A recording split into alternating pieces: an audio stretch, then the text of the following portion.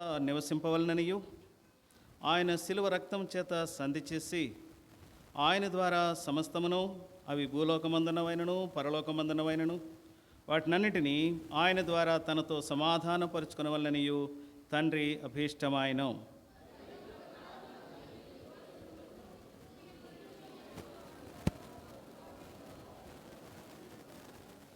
తన సన్నిధిని పరిశుద్ధులుగాను నిర్దోషులుగాను నిరపరాధులుగాను నిలవబెట్టుటకు ఆయన మాంసయుక్తమైన దేహమందు మరణము వలన ఇప్పుడు మిమ్మను సమాధానపరిచెను.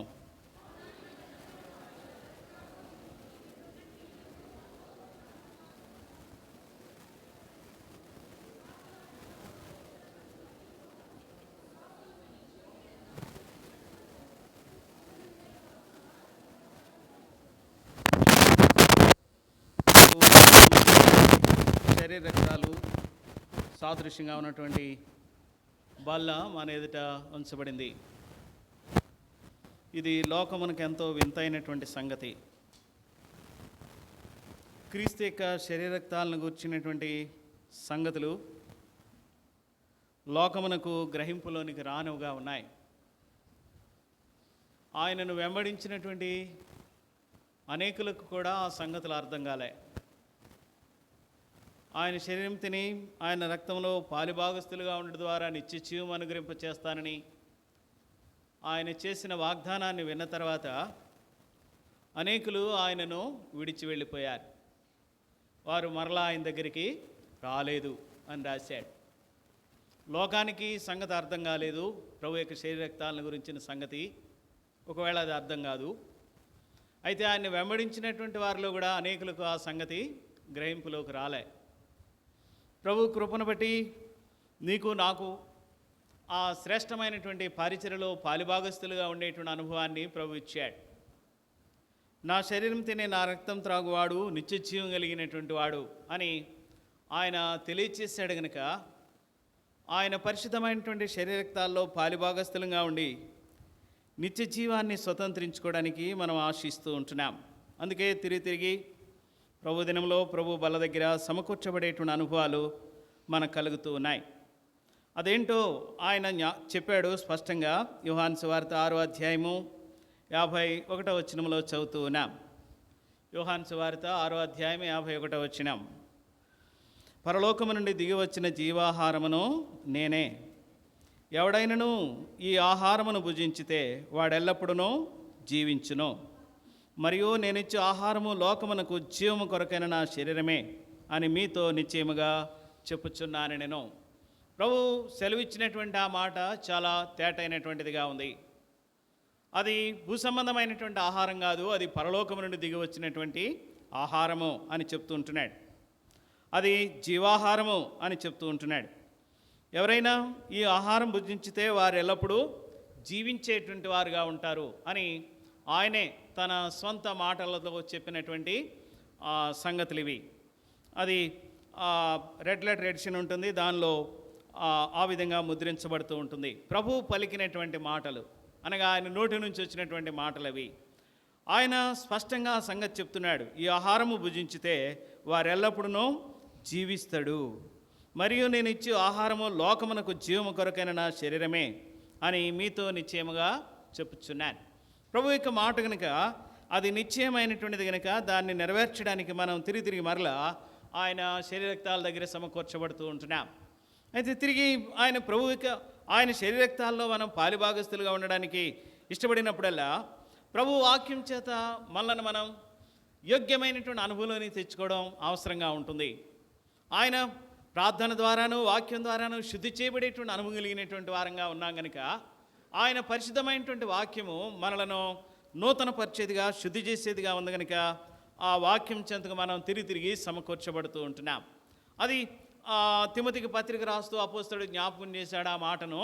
మనము ప్రతి సంగతి కూడా ప్రార్థన ద్వారానో వాక్యం ద్వారానో శుద్ధి చేయబడేటువంటి అనుభవం కలిగి ఉంటుంది.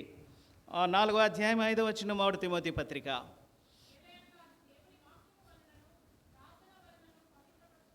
సమస్తాన్ని గురించి ఏవి తినాలో ఏవి త్రాగాలో ఏ విడిచిపెట్టాలో ఏ విడిచిపెట్టకూడదు వీటన్నిటి గురించి చాలా తర్జన భర్జన జరుగుతూ ఉంది. వాళ్ళ మధ్యలో కొన్ని ఆలోచనలు వచ్చినటువంటివిగా ఉన్నాయి. అయితే మరి భక్తుడు అంటాడు తిమోతికి పత్రిక రాస్తూ, ఎలయనగా అది దేవుని వాక్యం వలనను ప్రార్థన వలనను పవిత్రపరచబడుచున్నది. సమస్తమును పవిత్రపరిచేటువంటి శక్తి దేనికి ఉందంట? ప్రార్థన, ఆయన యొక్క వాక్యం. కావుననే ప్రభువు పరిశుద్ధమైనటువంటి బల్ల దగ్గరికి వెళ్ళేటప్పుడు మరొకసారి ఆయన వాక్యం ద్వారా మనల్ని శుద్ధి చేసుకోవడానికి ఇష్టపడుతూ ఉంటున్నాం. అది ఆ వాక్యం అనేటువంటి పాల ద్వారా శుద్ధి చేయబడుట, లేక వాక్యమనే పాలను అపేక్షించుట అనేటువంటి సంగతులు రాయబడుతూ వచ్చాయి దేవుని యొక్క వాక్యంలో. కావున ప్రభు యొక్క పరిశుద్ధమైనటువంటి వాక్యము మనలను శుద్ధి చేయగలిగినటువంటిదిగా ఉంది. అది క్రీస్తే గనుక, క్రీస్తు యొక్క మాట గనుక, ఆయన మాట సమస్తమును బాగ్గా చేయగలిగినటువంటిదిగా ఉంది కనుక, అది సమస్తమును శుద్ధి చేయగలిగినటువంటిదిగా ఉంది కనుక, ఆ వాక్యం అనేటువంటి ఆ యొక్క ఆ దర్శనంలోనికి మరొకసారి మనల్ని మనం తెచ్చుకుని మనల్ని శుద్ధి చేసుకోవడానికి ఇష్టపడుతూ వస్తుంటున్నాం. అపోస్తలుడు ఇక్కడ కొలస్సీలో ఉండేటువంటి సంఘానికి రాసినటువంటి కొన్ని మాటలు మనం చదువుతూ వచ్చాం. ఆయన శరీరము అనేటువంటి ఆ యొక్క సంఘానికి శిరస్సుగా ఉన్నాడు. అన్నిటిలో ఆయనకే ప్రాముఖ్యము కలుగులాగున ఆయన సమస్తమును కూడా నిర్వహించేటువంటి వాడుగా ఉన్నాడు. ఆయన పరిశుద్ధమైనటువంటి బల దగ్గర ఆయనకే ప్రాముఖ్యమైనటువంటి స్థితి, అన్ని విషయాల్లో కూడా ఆయనకే ప్రాముఖ్యత ఇవ్వవలసిన వారంగా ఉంటున్నాం. కొన్నిసార్లు మానవులంగా, మానవ అందుబాటులతో కూడినటువంటి జీవితం కలిగినటువంటి వారంగా మన స్వంత ఆలోచనలకు, మన స్వంత నియమములకు మనము ప్రాముఖ్యతనిచ్చేటువంటి వారంగా ఉంటాం. అనేక మరి క్రైస్తవ సంఘాలు ఆ విధంగానే వారి యొక్క సిద్ధాంతములకు వాళ్ళు ప్రాముఖ్యతనిస్తూ వచ్చారు. వారు రాసుకున్నటువంటి సిద్ధాంత ప్రతులను ఆధారం చేసుకుని దేవుని యొక్క పరిశుద్ధమైనటువంటి కార్యములను నిర్వహించేటువంటి వారుగా ఉంటారు. ఆ గ్రంథాన్ని లేక ఆ గ్రంథమును రచించినటువంటి వారిని ప్రాముఖ్యంగా తీసుకొని దేవుని యొక్క సన్నిధిని, దేవుని యొక్క కార్యములను నిర్వహించడానికి వారు ప్రయత్నించేటువంటి వారుగా ఉంటారు. కానీ క్రీస్తు సంఘమునకు శిరస్సు గనుక అన్నిటిలో ఆయనకు మాత్రమే ప్రాముఖ్యతను ఇవ్వవలసిన వారంగా ఉంటున్నాం. అనగా ఆయన వాక్యమునకు మాత్రమే ప్రాముఖ్యతను ఇవ్వవలసినటువంటి వారంగా ఉంటున్నాం. ఇది మానవుడు నిర్వహించేటువంటి సంఘటన కాదు, ఇది పరలోకము నుండి దేవుడు నిర్ణయించినటువంటి సంగతి కనుక ఆయన చిత్తానుసారంగా ఆయన వాక్యం ద్వారా మనము నడిపించబడవలసినటువంటి అవసరత కలిగినటువంటి వారంగా ఉంటున్నాం. అప్పుడే మనము ఆయనలో సంపూర్ణంగా చేయబడేటువంటి అనుభవంలోనికి మనము తీసుకుని రాబడేటువంటి స్థితులు కలిగేటువంటివిగా ఉంటున్నాయి. మరి మన యొక్క స్థితి ఏంటో జ్ఞాపకం చేశాడు ఆ మాటల్లో 21వ వచనంలో చదివినప్పుడు, మరియు గత కాలమందు దేవునికి దూరస్థలమును మీ దుష్క్రియల వలన మీ మనస్సులో విరోధభావం కలిగిన వారై ఉండిన మిమ్మును కూడా అంటాడు. మన యొక్క నిజస్థితి ఏంటో కూడా దేవుని వాక్యం చెప్తుంది. దేవుడు ఏమై ఉన్నాడో, ఆయన వాక్యం ఏమైందో, ఆయన పరిశుద్ధమైనటువంటి శరీరక్తముల యొక్క అనుభవం ఏమైందో వాటిని జ్ఞాపకం చేస్తూ తిరిగి మన అనుభవాన్ని కూడా జ్ఞాపకం చేస్తున్నాడు. చాలాసార్లు దేవుని వాక్యాన్ని ధ్యానించుకోగలం. దేవుడు చాలా ఉన్నతమైనటువంటి వాడు, ఆయన ఎంతో శక్తి గలవాడు, ఆయన ఎంతో మహిమ గలవాడు, ఆయన ఎంతో ప్రభావం కలిగిన వాడు, ఈ మాటలన్నీ చెప్తాం. వాక్యంలో మనం చదువుతాం, కొంత భాష తెలుసు కాబట్టి, కొంత గ్రహింపు ఉంది కాబట్టి, చాలా దినాల నుంచి దేవుని మందిరంలోనికి వస్తున్నాం కాబట్టి దేవుని గురించినటువంటి సంగతులు చాలా బాగానే చెప్తాం. కానీ మనమేంటో మనం ఏం చేయం, ఆలోచన చేయం, మనల్ని వదిలిపెట్టేస్తాం. ఎందుకంటే మనల్ని కూడా ఏం చేసుకుంటున్నాం అన్నమాట, దేవునితో సమానమైనటువంటి అనుభవంలోనికి మనల్ని మనం హెచ్చించుకునేటువంటి అనుభవం కలుగుతుంది. అది అపవాది చేసేటువంటి ఒక గురుటితనం అని చెప్పాలి. వాడు మనకు తెలియకుండానే మనల్ని దేవుని వాక్యంతో లేకపోతే దేవునితో సమానంగా చేసుకునేటువంటి అనుభవం కలుగు చేసేటువంటి వాడుగా ఉంటాడు. అది అపవాది యొక్క కార్యం. అది వాడు ఏం చేశాడంట, వాడు పరలోకం నుండి త్రోసివేయబడిన తర్వాత వాడు ఏమనుకున్నాడంటే, నేను దేవుని కంటే నా యొక్క స్థితిని హెచ్చుగా చేసుకోవాలి, ఆ ఉన్నతమైనటువంటి ఆ పర్వతం మీద నా యొక్క సింహాసనాన్ని నేను వేసుకోవాలి, ఆ విధంగా లోకమును ఏలుబడి చేయవలసినటువంటి ఆ శక్తి నేను పొందేటువంటి వాడిగా ఉంటాను అని అపవాది తలస్తే, ప్రభు అయినటువంటి క్రీస్తు ఏం చేశాడంటే, ఆయన పరలోకంలో ఉండవలసినటువంటి భాగ్యాన్ని విడిచిపెట్టుకొని మనుషుడిగా పుట్టి దాసుడిగా చేసుకుని రిక్తుడిగా చేసుకుని సిలువ మరణం పొందినంత వరకు తనను తాను తగ్గించుకున్నాడు. ఈయనేమో పైనుంచి క్రిందకి తగ్గించుకుంటా వచ్చాడు. అపవాది ఏం చేశాడు, కింద నుంచి పైకి వాడు హెచ్చించుకుంటా వెళ్ళాడు. కాబట్టి భూమి మీద ఉన్నాం కాబట్టి మనము అపవాది స్వభావం ఎక్కువ కలిగి ఉంటాం. మనల్ని ఏం చేసుకుంటామంటే, మనల్ని ప్రభు ఎదుటి కూడా కొంచెం పైకి హెచ్చించుకుంటూ ఉంటాం. ప్రభువా, నేను యథార్థవంతుడినే, నేను సత్యవంతుడినే, నేను న్యాయవంతుడినే, నేను పరిశుద్ధురాలనే అని చెప్పుకునేటువంటి అనుభవాలు చాలాసార్లు వింటూ ఉంటాం. అయితే దేవుని ఎదుట మనల్ని మనం తగ్గించుకోవడమే శ్రేష్టమైనటువంటి సంగతి. ఆయన మన నిమిత్తమై తనను తాను తగ్గించుకున్నాడు. దానినే మన విషయం మన యందు కూడా ఆయన ఆశిస్తుంటున్నాడు. వినయమంగళ వారి యొద్దను, దీన మనసు కలిగినటువంటి వారి యొద్దను నేను నివసిస్తాను అంటాడు. అట్టి వారి యందు నేను ఆనందిస్తాను అని సెలవిస్తాడు. ఆయన వలె ఎవరు తమను తాము దేవుని వాక్యం చేత తమ యొక్క స్థితులను తగ్గించుకుంటూ ఉన్నతమైనటువంటి క్రీస్తు యొక్క అనుభవంలోనికి తను తాను తెచ్చుకుంటారు, లేక క్రీస్తును పోలినటువంటి నడక నడుచుకునేటువంటి వారుగా ఉంటారో, క్రీస్తు యేసు యొక్క మనస్సు కలిగినటువంటి వారుగా ఉంటున్నారో, అటువారుగా మనం ఉండాలని ప్రభు మన విషయమై ఆశ కలిగినటువంటి వాడుగా ఉంటున్నాడు. అలా అయితే దేవుని యొక్క పరిశుద్ధమైనటువంటి వాక్యం దగ్గరికి వస్తూ ఉంటున్నప్పుడు ఆయన మనల్ని ఏం చేయాలనుకున్నాడో కూడా చెప్పాడు. 22వ వచనం, 21వ వచనంలో మన గురించి రాశాడు. 22వ వచనంలోనికి వచ్చేటప్పటికి ఆయన మనల్ని ఏం చేయాలనుకున్నాడో అది చెప్తూ ఉన్నాడు. ఏం చేస్తాడంట? తన సన్నిధిని పరిశుద్ధులుగాను, నిర్దోషులుగాను, నిరపరాధులుగాను నిలవబెట్టుటకు. ఆయన ఉద్దేశం ఏంటో కూడా చూస్తున్నాం ఇక్కడ. మన స్థితి ఏంటో తెలియజేస్తుంది దేవుని వాక్యం. ఆ తర్వాత దేవుడు మన విషయమై ఏం ఆలోచిస్తున్నాడో కూడా జ్ఞాపకం చేస్తున్నాడు. ఏం చేస్తాడంట? ఆయన ఎదుట మనలను ఆయన సన్నిధిలో పరిశుద్ధులుగాను, నిర్దోషులుగాను, నిరపరాధులుగాను నిలవబెట్టుటకు ఆయన మాంసయుక్తమైన దేహమందు మరణం వల్ల ఇప్పుడు మిమ్మను సమాధానపరుస్తూ ఉన్నాడు. ఆ మాంసయుక్తమైనటువంటి ఆ క్రీస్తు యొక్క శరీరమే మన మధ్యలో ఈనాడు ప్రభు యొక్క పరిశుద్ధమైనటువంటి బల్లగా జ్ఞాపకం చేసుకుంటూ ఉన్నాం. ఎందుకు ఆ బల్ల దగ్గరికి మనల్ని తీసుకుని వస్తున్నాడంటే, మనలను పరిశుద్ధులుగాను, నిర్దోషులుగాను, నిరపరాధులుగాను ఆ పరలోకపు తండ్రి ఎదుట నిలవబెట్టడానికి. అంటే ఇప్పుడు మనం ఆ బల్ల దగ్గరికి వెళుతున్నప్పుడు, దానిలో ఏకీవించడానికి ఇష్టపడుతూ ఉంటున్నప్పుడు మనలో ప్రభు ఏం చూస్తాడనమాట? మనం పరిశుద్ధంగా ఉన్నామో లేదో చూస్తాడు.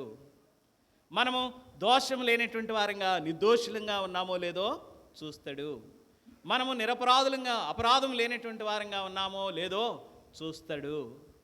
ఇవన్నీ ఒకవేళ మన ద్వారా మనకు కలిగేటువంటి సంగతులు కాదు. మనల్ని మనం పరిశుద్ధపరచుకోలేము. కాబట్టి ఏం చేయవలసి వచ్చింది? క్రీస్తు తాను తగ్గించుకొని తన పరిశుద్ధ రక్తం ద్వారా మనలను పవిత్రపరచడానికి ఇష్టపడ్డాడు. మరి నేను పరిశుద్ధుడిని కనుక మీరు కూడా పరిశుద్ధులుగా ఉండాలి అనేటువంటి శ్రేష్టమైన ఆయన మాట మన యందు నెరవేర్చడానికి ఆయనే తాను తగ్గించుకుని తన పరిశుద్ధమైన రక్తం ద్వారా మన ప్రతి పాపమును కడిగి మనలను పరిశుద్ధులుగా చేయడానికి ఇష్టపడినటువంటి వాడుగా ఉంటున్నాడు. ఇది శ్రేష్టమైనటువంటి ఆయన యొక్క కార్యముగా మన యందు నెరవేర్చబడింది. ఆరాధించాం కదా, ప్రభువా నీవు నన్ను శుద్ధి చేశావు, నీ రక్తంతో నన్ను కడిగావు, నన్ను పవిత్రపరిచావు. ఆ విధంగా నా యొక్క జీవితాన్ని ఏం చేశాడంట? పాపపు ఊబిలో దిగిపోకుండా నన్ను పైకి లేవనెత్తావు. నా మనస్సాక్షిని శుద్ధి చేసినటువంటి వాడుగా ఉంటున్నావు. ఆ విధంగా ఇంకా ఆయన చేసిన మరో కార్యం ఏంటంట? లేపి మనలను పరలోకములో ఆయనతో పాటు కూర్చుండబెట్టాడు. ఈ మాటలన్నీ కూడా నిజమైనవే. వాటి యొక్క అనుభవమే పరిశుద్ధంగా, నిర్దోషంగా, నిరపరాధంగా మనం జీవించేటువంటి అనుభవం అయి ఉంటుంది. దాన్ని గురించి రాస్తూ తర్వాత వచనంలో జ్ఞాపకం చేశాడేమంటే 23వ వచనం, 23వ వచనం, పునాది మీద కట్టబడిన వారై స్థిరముగా ఉండి. ఆయన మనలో ఏం చేశాడో దాని యందు మనం స్థిరంగా ఉండాల్సి ఉంటుంది. అట్టి స్థిరత్వం మనలో ఉందో లేదో ఒకసారి మనలను పరిశీలన చేసుకోవడానికి ప్రభు బల దగ్గరికి వచ్చాం. మన స్థితి ఏంటి? గత కాలమందు దేవునికి దూరస్తులు, దుష్క్రియల వలన మీ మనసులో విరోధభావం కలిగినటువంటి వారుగా ఉన్నారు. అయితే క్రీస్తు యేసు ప్రభు మన విషయమై ఏం చేశాడు? ఆయన సన్నిధిని పరిశుద్ధులుగాను, నిర్దోషులుగాను, నిరపరాధులుగాను నిలబెట్టాలని మాంసయుక్తమైనటువంటి ఆయన దేహమందు మనలను పరిశుద్ధపరిచాడు. ఆయన రక్తం ద్వారా మన ప్రతి పాపమును కడిగిన వాడుగా ఉంటున్నాడు. పరలోకపు తండ్రితో సమాధానపరిచినటువంటి వాడుగా ఉన్నాడు. ఆ సంగతి మన యందు స్థిరంగా ఉందా లేదా అనేది మరొకసారి పరిశీలన చేసుకునేటువంటి అనుభవం మన ముందుకు వస్తూ ఉంటుంది. దాన్నే పునాది మీద కట్టబడినటువంటి వారై అనేటువంటి సంగతి ద్వారా మనకు జ్ఞాపకం చేస్తూ ఉంటున్నాడు. పునాది మీద కట్టబడిన వారై మీరు విన్నట్టు ఆకాశం క్రింద ఉన్న సృష్టి సమస్త సృష్టికి ప్రకటింపబడినట్టు ఈ సువార్త వలన కలుగు నిరీక్షణ నుండి తొలగిపోక. అంటే మన విశ్వాస జీవితంలో ప్రారంభించబడినటువంటి ఆ యొక్క అనుభవం నుండి మన యొక్క అనుభవం ఏ విధంగా స్థిరమైనటువంటిదిగా నిలిచి ఉంది. మన పరిస్థితి మనం ఎరుగుదాం. ప్రభువు మనల్ని ఎలా ఉంచాలనుకున్నాడో ఆ సంగతి మనకు తెలుసు. ఆయన తన యొక్క పరిశుద్ధ రక్తం ద్వారా తండ్రితో సమాధానపరిచి మన ఎడల ఆయన చేసిన కార్యముని గురించి మనము తిరిగి ధ్యానిస్తూ ఉంటున్నాం.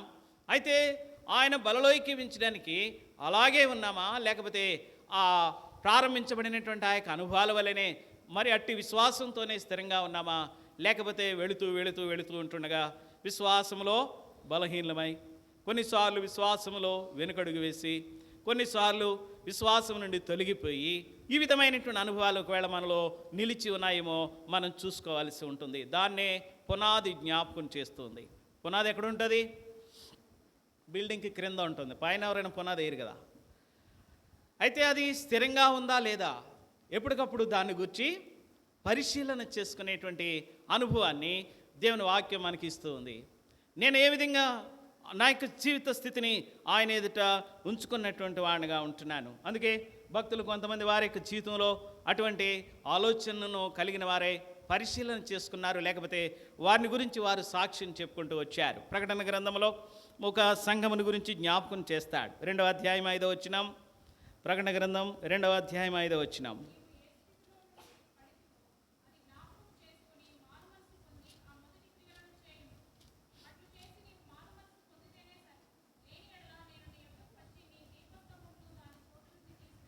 ఇక్కడ ఎఫెసీలో ఉండేటువంటి సంఘానికి భక్తుడు ప్రత్యక్షత ద్వారా ఒక హెచ్చరిక చేస్తూ ఉంటున్నాడు.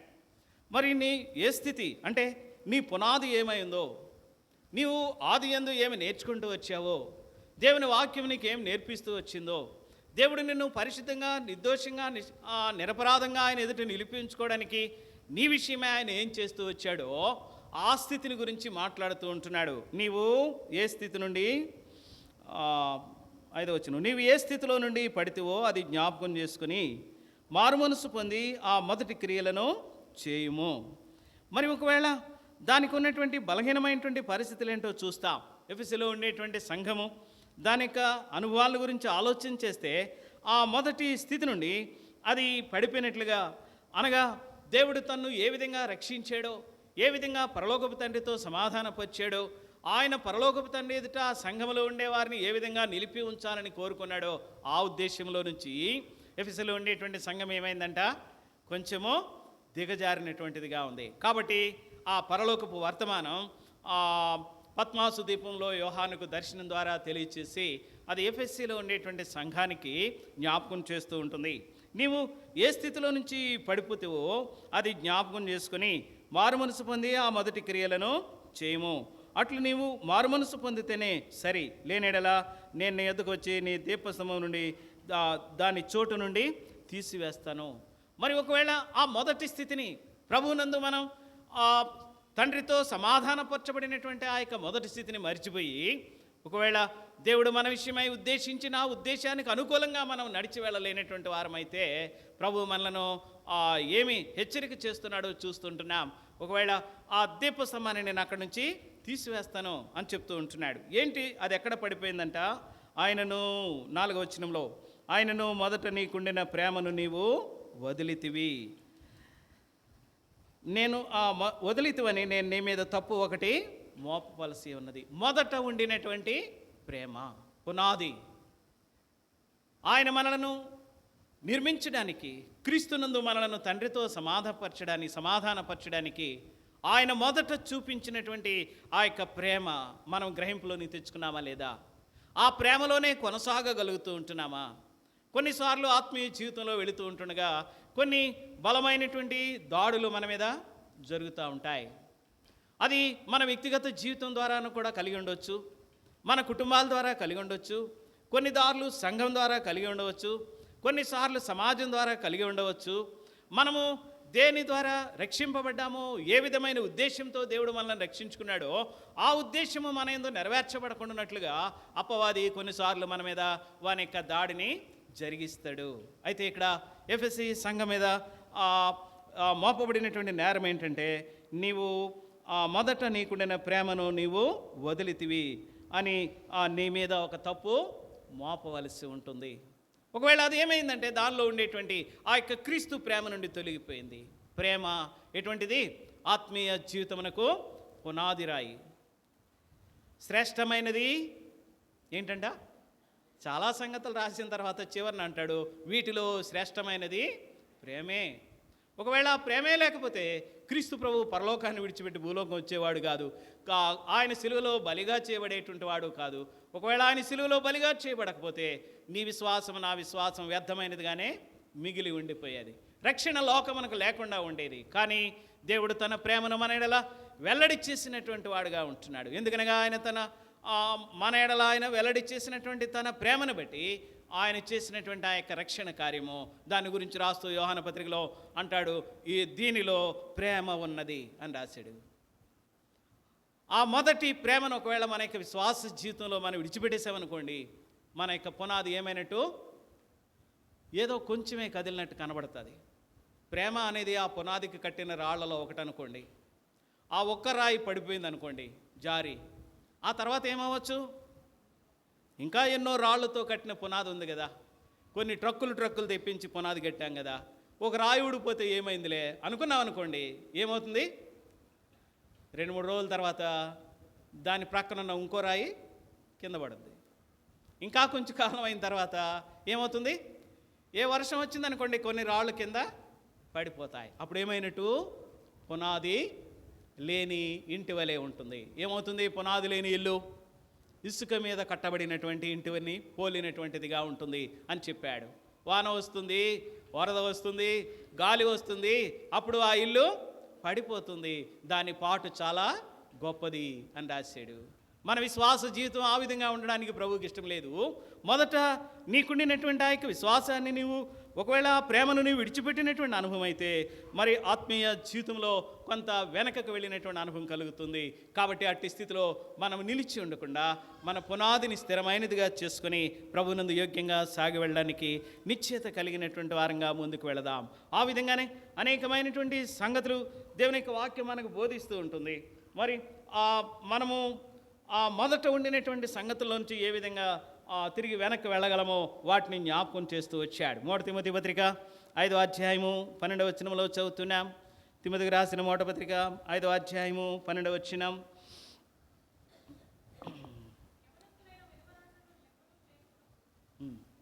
వారు క్రీస్తునకు విరోధముగా నిరంకుశులైనప్పుడు తమ మొదటి విశ్వాసమును వదులుకొనని తీర్పు పొందిన వారై పెండాడగోరుదురు. ఇది ఓ ప్రత్యేకమైనటువంటి అనుభవంలోని తీసుకుని రాబడినప్పటికీ కూడా దేవుని వాక్యము కేవలం ఏదో భౌతికమైన కుటుంబాలు శరీర సంబంధమైన సంగతుల గురించి రాయబడినటువంటి మాటలు కాదవి. అవి ఆత్మచేత గ్రహించినప్పుడు దాని యొక్క నిజస్థితిని గ్రహింపులోని తీసుకుని వస్తాయి. ఒకవేళ క్రీస్తు సంఘమునకు శిరస్సు అయి ఉన్నాడు అనేటువంటి మాట ఎంత యోగ్యంగా దేవుని వాక్యం జ్ఞాపకం చేస్తూ వచ్చిందో, ఆయన క్రీస్తు ఏ విధమైనటువంటి వాడు? సంఘము ఆయనకు వధువుగా సిద్ధపరచబడుతుంది. అంటే ఆయన పెండ్లి కుమారుడు, లేకపోతే ఆయన భర్త, లేకపోతే ఆయన నిన్ను విమోచించినటువంటి నీ యొక్క పురుషుడిగా ఉన్నాడు, నిన్ను పోషించేటువంటి వాడుగా ఉన్నాడు. ఈ మాటలన్నీ కూడా ప్రభువుని గురించి రాయబడినటువంటి మాటలుగా ఉంటున్నాయి. ఇక్కడ మనము ఆ విధంగా క్రీస్తును అర్థం చేసుకోవాలి. అంతేగాని ఒక యవనస్తురాలు వారి యొక్క వివాహ జీవితాన్ని గురించినటువంటి ఆలోచన కాదు. అది కూడా ఆలోచన చేసుకోవాలి అవసరమైనప్పుడు. కానీ ఆత్మీయమైనటువంటి అనుభవం దగ్గరికి వచ్చినప్పుడు ఆ విధంగానే ఆలోచన చేసుకోవాలి. యవనస్తుడైనటువంటి ఆ యొక్క ఏమంటున్నది? యవనస్తులైన విధవరాండ్ర లెక్కలో చేర్చవద్దు. వారు క్రీస్తునకు విరోధంగా నిరంకుశులైనప్పుడు తమ మొదటి విశ్వాసమును వదులుకొనని తీర్పు పొందిన వారై పెండ్లాడగోరుదురు. అంటే తమ మొదటి విశ్వాసము ఎవరి మీద? ప్రభువైన యేసు క్రీస్తు వారి మీద.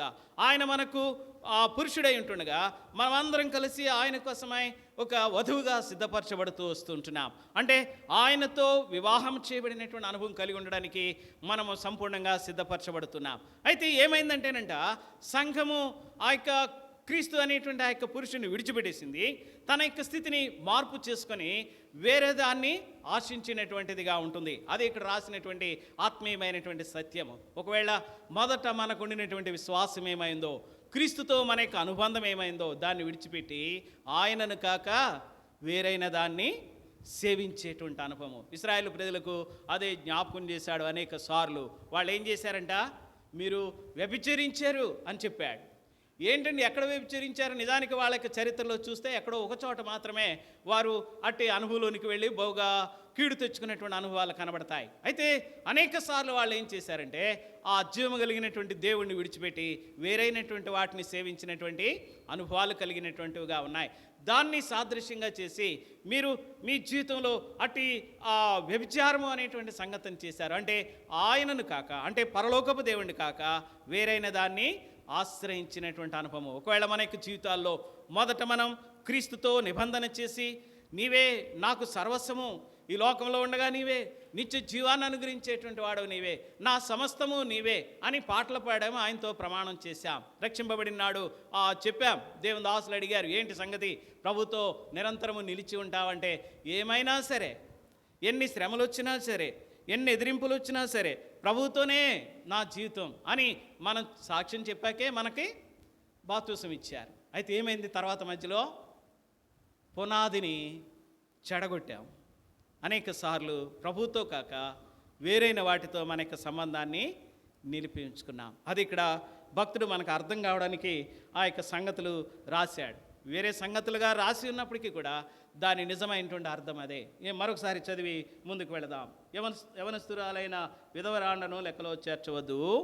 వారు క్రీస్తునకు విరోధముగా నిరంకుశులైనప్పుడు తమ మొదటి విశ్వాసమును వదులుకొనిరని తీర్పు పొందిన వారై. అక్కడ రాశాడు అదే, మొదటి విశ్వాసమును వదులుకొనిన వారు. ప్రకటన గ్రంథకర్త రాశాడు, నీవు నీ మొదటి ప్రేమను విడిచిపెట్టావు. వీళ్ళు ఏం చేశారంట, మొదటి విశ్వాసమును వదులుకొనినటువంటి వారుగా ఉన్నారు. ప్రియులరా, ఒకవేళ మన పునాది స్థిరమైనటువంటిదిగా ఉండాలంటే ఇవన్నీ కూడా ఏమిటనమాట, ప్రేమ, విశ్వాసము, ఇటువంటి మాటలన్నీ కూడా, ఇటువంటి సంగతులన్నీ కూడా మనకు ఆత్మీయమైనటువంటి పునాదికి ప్రాముఖ్యమైనటువంటివిగా ఉన్నాయి. అయితే దాన్ని వదులుకొని మరలా నా విషయమే నమ్మకంగా జీవించు అని ఎఫెసీ సంఘానికి యోహాను ద్వారా దేవుడు హెచ్చరిక చేస్తూ ఉంటున్నాడు. ఇక్కడ కూడా అదే సంగతి, మొదట ఉన్నటువంటి విశ్వాసాన్ని నీవు ఎక్కడైనా వదులుకున్నావేమో. ఆత్మీయ జీవితంలో కొన్నిసార్లు మనం సాగి వెళుతుంటున్నప్పుడు ఎదురయ్యేటువంటి అనేకమైన పరిస్థితులు మనల్ని ఏం చేస్తాయన్నమాట, మన విశ్వాసాన్ని విడిచిపెట్టుకునేలాగా చేస్తాయి. మొదట ఉండిన స్థిరమైన విశ్వాసం ఉండేలాగా చేయదు. ఏదో మందిరానికి వెళ్ళడం అలవాటైంది కదా, ప్రార్థన చేసుకోవడం అలవాటైంది కదా, ఆరాధన చేయడం అలవాటైంది కదా, ఆదివారం కదా దేవుని మందిరానికి వెళ్ళాలి కదా, లేకపోతే పక్కింటి వాళ్ళు అడుగుతారు, ఏంటక ప్రతి ఆదివారం నువ్వు చర్చికి వెళ్తావు కదా, ఈవేళ వెళ్ళలేదు. వాళ్ళ విగ్రహాలను పూజ చేసుకునేవాళ్ళు, కానీ వాళ్ళు అడుగుతారు, ఏంటి వెళ్ళలేదు ఈవేళ అని. కాబట్టి వస్తాం కొన్నిసార్లు. ఎవరైనా అడుగుతారేమో, మాకు ఒక అక్క ఉన్నది, ఆవిడ ఏంటక రాలేదంటే ఏదో చెప్తాది, 2-3 వారాలకు సరిపడా సిద్ధం చేసుకుని ఉంటారు వెళ్ళేటప్పటికి. అవి చెప్తారు, మొన్న ఆదివారం ఇలాగైంది, ఆదివారం అలాగైంది, ఆదివారం అలాగైంది. ఆ తర్వాత చెప్తారు, మా మనవరాలు అడిగింది, ఏంటి మందిరానికి వెళ్ళలేదు నువ్వని. ఎవరితో అడిగిస్తాడనమాట దేవుడు? మొదట ఉండిన మన విశ్వాసాన్ని మనం విడిచిపెట్టుకుంటే ఎప్పుడైనా ఏమవుతుందనమాట, ఎవరొకరితో మనల్ని కొంచెం హెచ్చరిక చేస్తాడు. ఒకవేళ వాళ్ళు దేవుని బిడ్డలే అయి ఉండక్కర్లే, మనల్ని మనం హెచ్చరిక చేసుకోం కొన్నిసార్లు. ఏంటక్కపోయిన ఆదివారం రాలేదు మందిరానికి అని అడగరు ఇక్కడ ఎవరో. ఎందుకు? ఏమో అడిగిన దగ్గర నుంచి ఏ గొడవ వస్తుంది, అంతకుముందు వారం నువ్వు రాలేదేంటి, నేను వచ్చేటప్పుడు అంటాదేమో ఒకవేళ, భయం అనమాట. మనకి అటువంటి గ్యారంటీ లేదు మన గురించి మనకి, కానీ బయట వాళ్ళు అడుగుతారు. ఎందుకు అడుగుతారంటే దేవుడు హెచ్చరిక చేస్తాడు వాళ్ళ ద్వారా మనల్ని. మొదట నీకుండిన విశ్వాసాన్ని నీవు ఎక్కడైనా విడిచిపెట్టుకున్నావేమో, మొదట నీకుండినటువంటి ప్రేమను నువ్వు ఎక్కడైనా విడిచిపెట్టుకున్నావేమో. అప్పుడు ఏమవుతుంది, పునాది కదులుతుందన్నమాట. పునాది కదిలితే ఏమవుతుంది, చివరికి మొత్తం బోల్తాపడదు.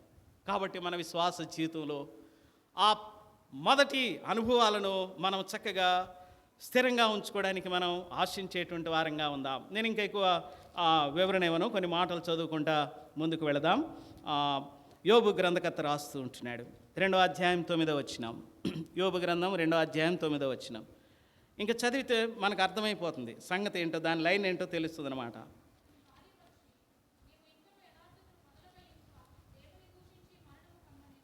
అక్కడ యోబు యొక్క సంగతి మనకు తెలుసు కదా.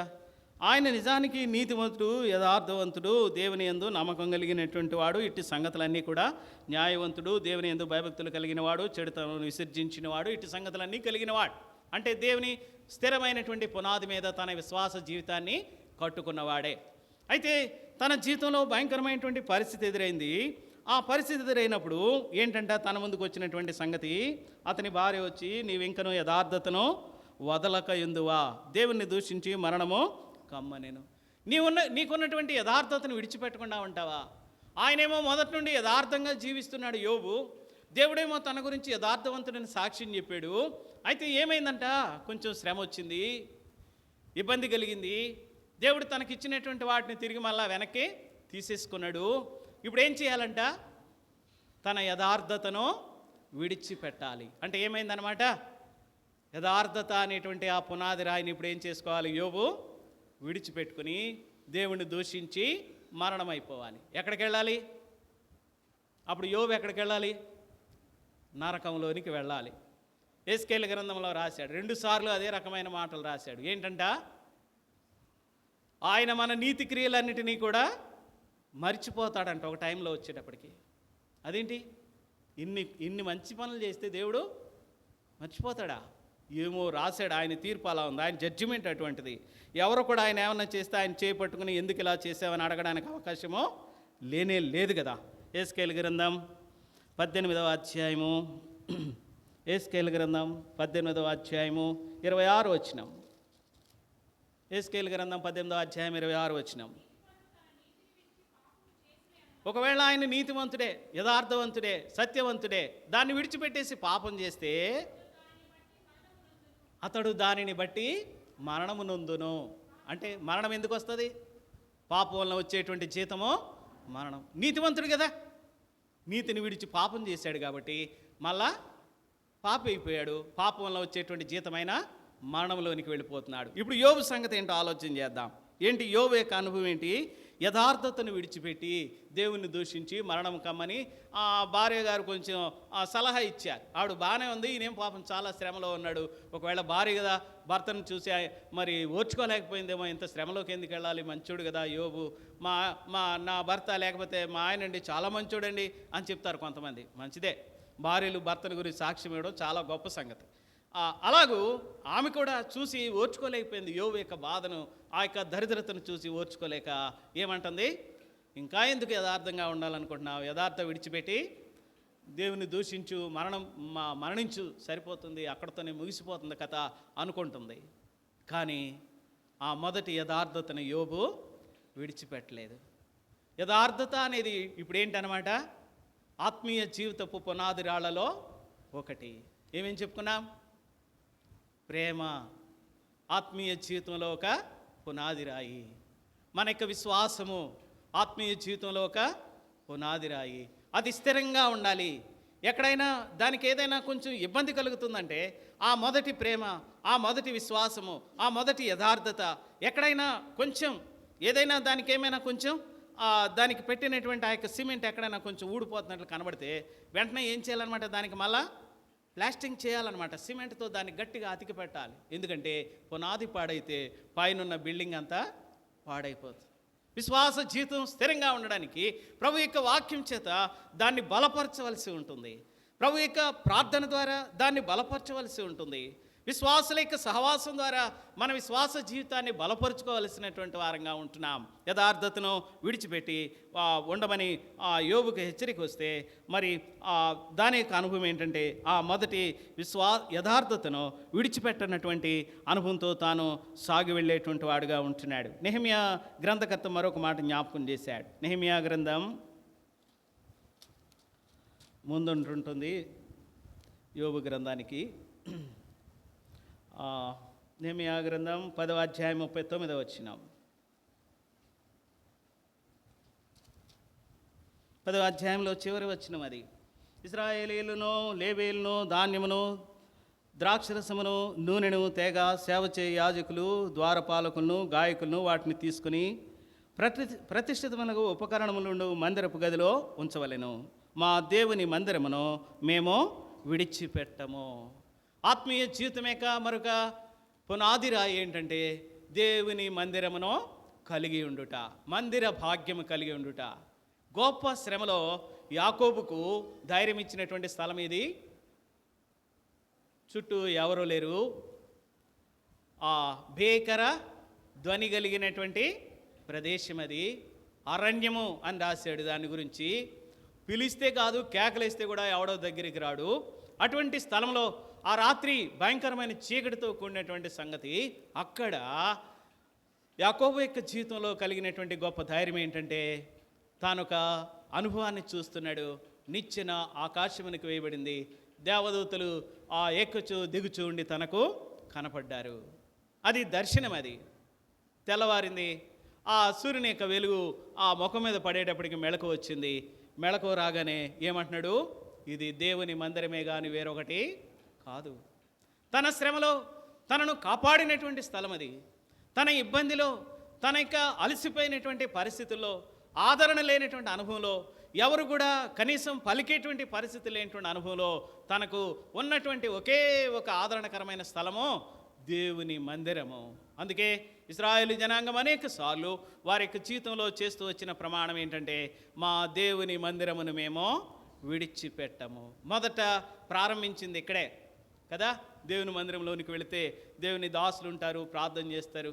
అక్కడ ఆ సహోదరులు సహోదరులు ఉంటారు, మనకి కొంచెం ధైర్యం చెప్తారు అని దేవుని మందిరంలోనికి వచ్చాం.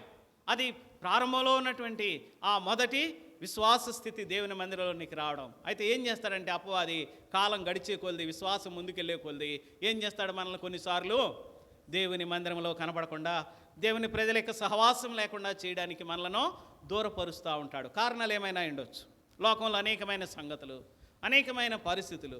ప్రతి ఆదివారమే గుర్తొస్తుంది లోకానికి ఏంటి, ఆయా రకములైనటువంటి సంతోషాలు, ఆనందాలు. రండి రండి రండి అని పిలుస్తూ ఉంటారు బంధువులు, మిత్రులు, స్నేహితులు, మరి ఆయా రకాలైనటువంటి అనుభవాలు. కానీ ఇక్కడేమంటున్నాడంటే ఈయన, మా దేవుని మందిరమును మేము విడిచిపెట్టాం. మొదటి స్థితిని మర్చిపోవద్దు. దేవుని మందిరము, దేవుని ప్రజల యొక్క సహవాసము అనేటువంటి ఆ యొక్క పునాది రాతిని నీవు పొడగొట్టుకుంటే నీ విశ్వాస జీవితం ఏమైపోతుంది, తర్వాత కిందకి పడిపోతుంది. దానికి ఆధారం ఉండదన్నమాట. ప్రభు యొక్క పరిశుద్ధమైనటువంటి బల దగ్గరికి వెళ్ళకపోవడం, మరొకసారి నూతనమైన నిశ్చయతతో నా మొదటి ప్రేమను నేను విడిచిపెట్టను, నా మొదటి ప్రేమ విశ్వాసమును నా యందు నిలిపించుకోవడానికి నేను బహుగా ప్రయాసపడతాను, నా మొదటి యథార్థతను నేను ఎప్పటికీ కూడా విడిచిపెట్టను. అది ఎటువంటి పరిస్థితి అయినా, ఎటువంటి శ్రమ అయినా ప్రభువులో నమ్మకంగానే సాగి వెళ్ళేటువంటి వారుగా ఉంటాను. ఇంకా నా మొదటి సహవాసము లేకపోతే నా మందిరము, దాన్ని నేను విడిచిపెట్టను. ఆత్మీయమైన ఆహారం దొరికే స్థలం, దేవుని ప్రజల యొక్క సహవాసం దొరికే స్థలం, ఆదరణ దొరికేటువంటి స్థలము. ఒకని తల్లి వారిని ఆదరించినట్లుగా యెరూషలేములో నేను మిమ్మల్ని ఆదరిస్తాను అని సెలవిచ్చినటువంటి దేవుని వాగ్దానం ఉంది. సియోన్లో నుండి నేను మిమ్మల్ని ఆశీర్వదిస్తాను అని దేవుని మందిరమును గురించి చేసిన వాగ్దానం ఉంది. వాటిని పోగొట్టుకుంటావా? అనేకులు అంచె దినాల్లో దేవుని మందిర సహవాసం లేనటువంటి కారణం చేత వారి జీవితంలో అట్టి శ్రేష్టమైన వాగ్దానాలను నష్టపోతూ ఉన్నారు. ప్రియులరా, మనకు మనం జాగ్రత్త పడదాం, మన పునాదిని స్థిరంగా ఉంచుకుందాం. అలాగే మన సహోదరులను, మన సహవాసికులను కూడా దేవుని శ్రేష్టమైనటువంటి వాక్యం ద్వారా హెచ్చరిక చేద్దాం. దేవుని పరిశుద్ధ మందిరం యొక్క ప్రాముఖ్యతను వారికి మరలా జ్ఞాపకంలోకి తీసుకుని వచ్చి, పునాది మీద కట్టబడినటువంటి వారై దేవుని యొక్క పరిశుద్ధమైనటువంటి రాక కోసమే ఎదురు చూచువారిగా వారిని కూడా సిద్ధపరిచే బాధ్యతలు మన మీద నిలిచినటువంటివిగా ఉంటున్నాయి. ఇది 4వది, దేవుని మందిర సహవాసము. మరొక మాట చూద్దాం. యోబు గ్రంథం 27వ అధ్యాయము 6వ వచనంలో జ్ఞాపకం చేస్తాడు. యోబు గ్రంథం 27వ అధ్యాయము 6వ వచనం.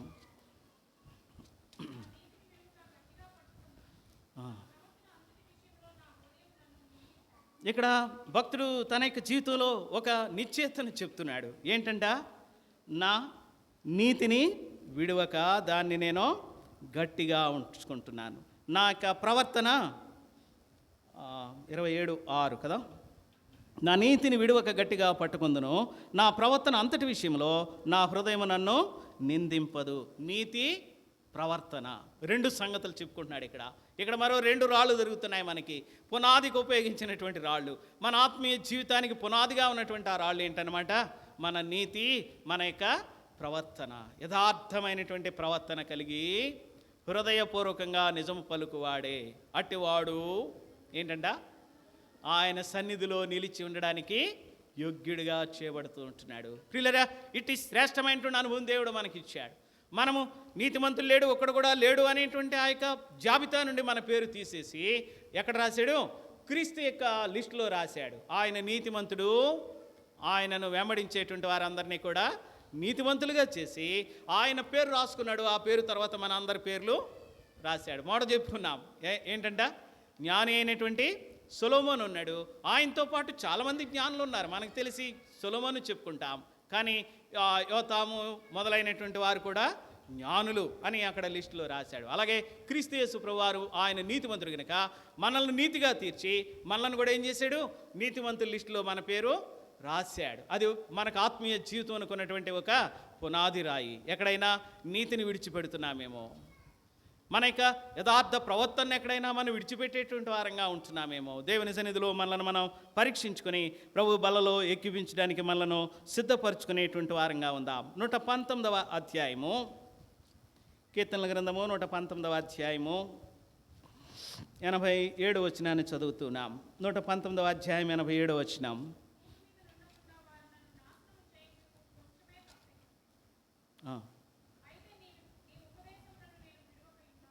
అది ఇంపార్టెంట్.